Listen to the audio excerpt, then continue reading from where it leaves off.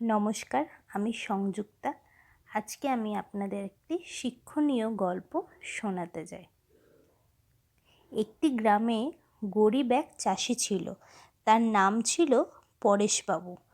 পরেশবাবুর বাড়িতে পরেশবাবু, তার স্ত্রী এবং তার 2 যমজ ছেলে ছিল।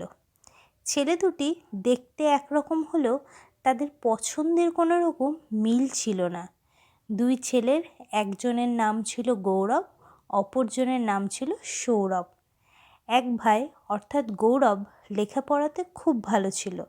অপর ভাই সৌরভ লেখাপড়াতে সেরকম ভালো না হলেও খেলাধুলায় ছিল দুর্দান্ত।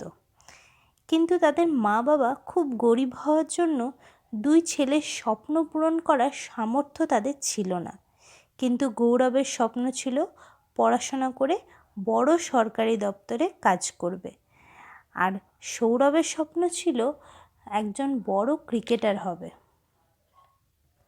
লক্ষ্য যেহেতু তাদের স্থির ছিল আর সেই লক্ষ্যে পৌঁছানোর তাগিদও ছিল প্রবল, তাই গৌরব নিজের চেষ্টায় বৃত্তি পেয়ে পড়াশোনা শেষ করে সরকারি চাকরির পরীক্ষায় বসে এবং সেই চাকরির পরীক্ষায় সে উত্তীর্ণও হয়। এখন গৌরব একজন সফল সরকারি দপ্তরে বড় কর্মচারী।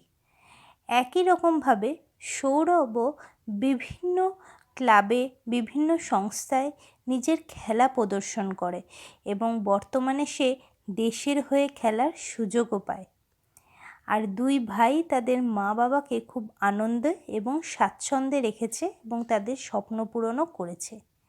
এই গল্প আমাদের কাছে শিক্ষণীয়, কারণ এর থেকে আমরা বুঝতে পারি যদি নিজেদের সঠিক আগ্রহের বিষয় আমরা সঠিক সময় বুঝতে পারি, নির্ধারণটা যদি আমাদের সঠিক হয় এবং আমাদের লক্ষ্য যদি স্থির থাকে, যতই ঝড়ঝাপটা আসুক না কেন একদিন আমরা আমাদের লক্ষ্যে পৌঁছাবো এবং সাফল্য অর্জন করব। নমস্কার।